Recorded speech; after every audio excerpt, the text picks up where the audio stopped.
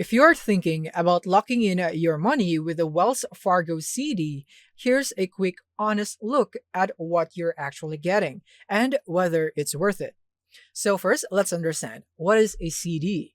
A CD, or Certificate of Deposit, is a savings product where you agree to keep your money in the bank for a set period in exchange for a fixed interest rate.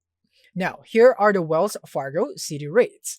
Rates vary based on the term and your relationship with the bank. So, shorter terms, which is 3 to 6 months, will get low interest, often under 1%.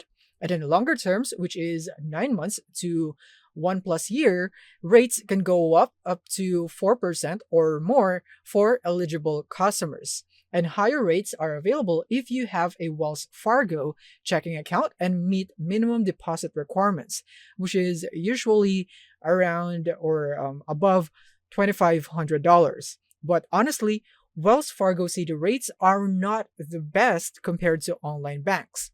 Now, let me give you the pros first. So, it is backed by FDIC insurance, and it is also a solid option if you are already banking with Wells Fargo. It also has a fixed rate, which means you get guaranteed return. But for the cons, you would get lower interest rates than online CD providers like Ally or Marcus. And then you also get early withdrawal penalties and you get less flexibility when your money is locked in. So for the verdict is that Wells Fargo CDs are safe, predictable, and convenient if you are already a customer.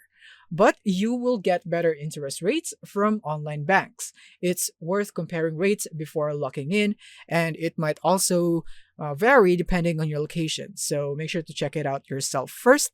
So that's it. Thank you for watching and see you in the next one.